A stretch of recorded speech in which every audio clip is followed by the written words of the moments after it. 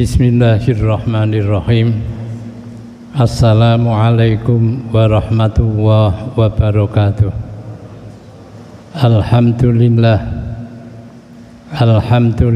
ala ni'matil imani wal islam. Wassalatu wassalamu ala asyrafil anbiya wal mursalin wa ala alihi wa sahbihi ajma'in. Amma ba'du. Jamaah zuhur yang dimuliakan Allah, sebuah hadis yang disabdakan oleh Rasulullah bahwa kullu bani Adam khata'un, semua anak Adam, semua manusia pasti berbuat salah, mempunyai kesalahan, dan sebaik-baiknya orang yang bersalah berbuat atau bertaubat kepada Allah. Berkaitan dengan hal tersebut, kita mempunyai satu catatan bahwa kesalahan itu diperbuat oleh manusia dengan antar sesama. Kesalahan yang dilakukan dengan orang lain dan kesalahan yang dilakukan kepada Tuhan karena melanggar aturan atau syariat yang telah ditetapkan oleh Allah. Kesalahan yang dilakukan kita kepada orang lain harus diselesaikan kepada orang lain tersebut, antar mereka.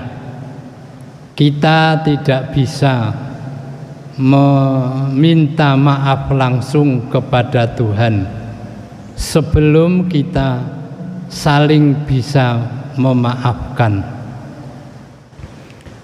Ada sebuah hadis yang menjelaskan pada suatu saat Rasulullah berkumpul dengan para sahabat. Di saat Rasulullah berkumpul dengan para sahabat, tiba-tiba Rasulullah tersenyum sampai gigi beliau kelihatan. Para sahabat heran dan bertanya kepada Rasulullah, mengapa Rasulullah tersenyum? Rasulullah kemudian bercerita bahwa baru saja dia didatangi oleh malaikat dan bercerita bahwa di hari perhitungan nanti ada dua orang yang menghadap kepada Tuhan, dan salah satu di antara mereka mengadu kepada Tuhan.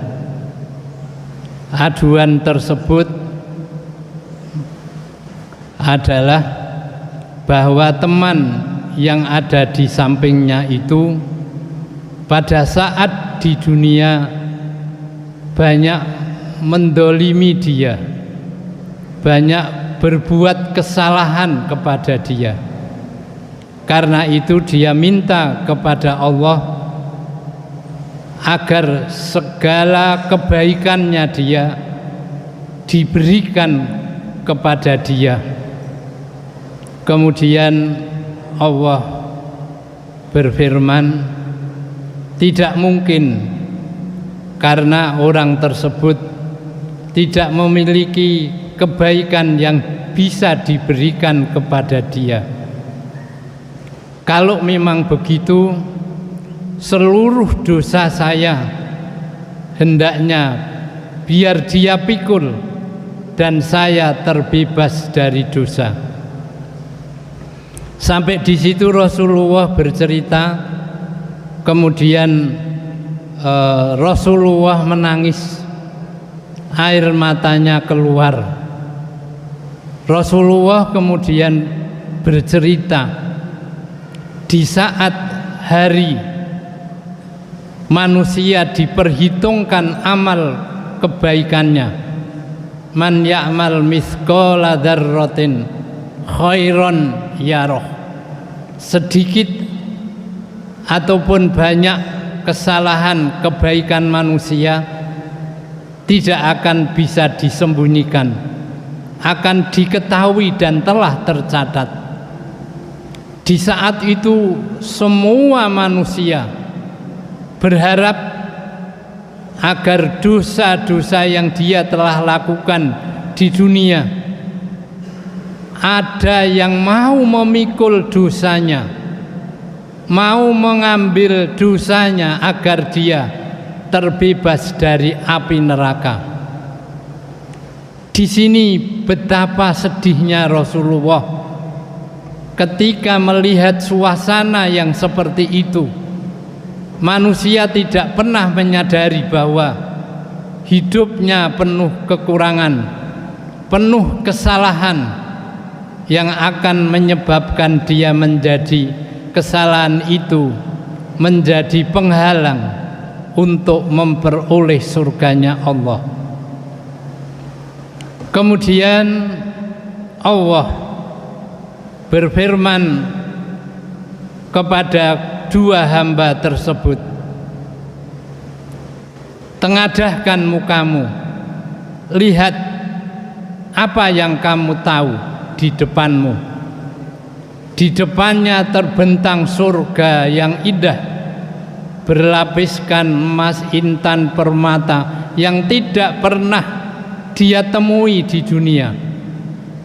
Kemudian orang itu bertanya, surga itu milik siapa? Kalau itu milik Nabi, Rasul Allah, Rasul yang mana, yang seperti apa? Kalau itu miliknya orang siddiqin, syuhada, sholihin, itu yang seperti apa yang akan memiliki surga itu? Kemudian Allah menjelaskan, surga itu bisa dimiliki oleh semuanya bagi orang yang mampu membeli surga itu. Dia terheran dan kaget, bagaimana saya harus membeli surga itu?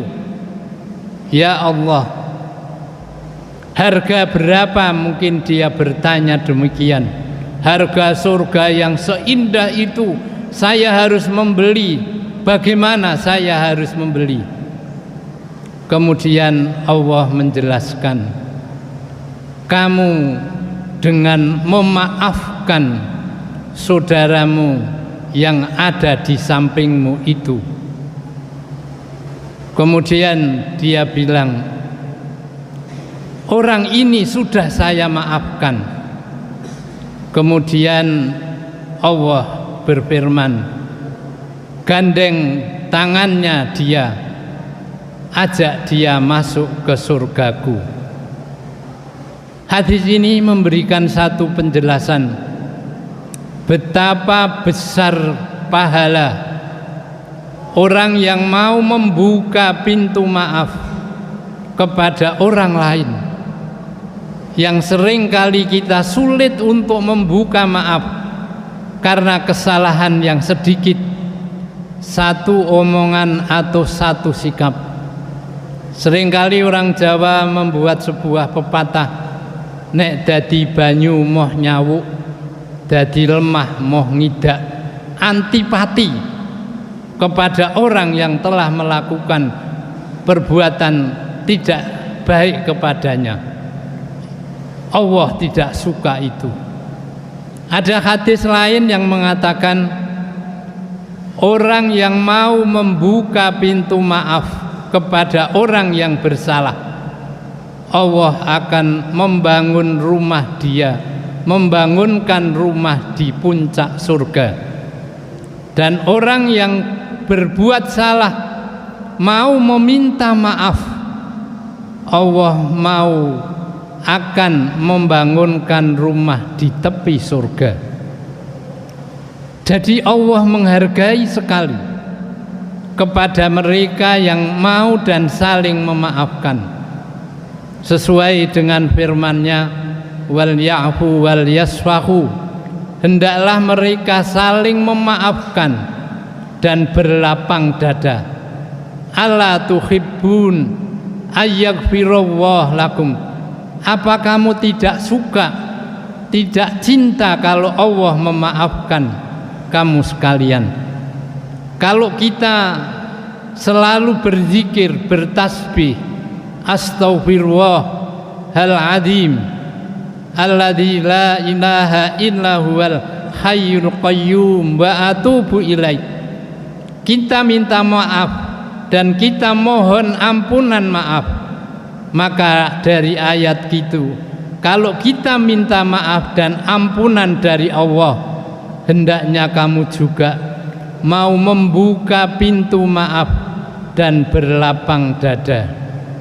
Inilah sesuatu yang berharga bagi kita di saat bulan-bulan yang dimana warga kita banyak mengadakan halal bihalal dan saling meminta maaf, dan mudah-mudahan kita bisa berlapang dada dan membuka pintu maaf, dan itu artinya kita memperoleh jalan terobosan untuk mendapat surganya Allah.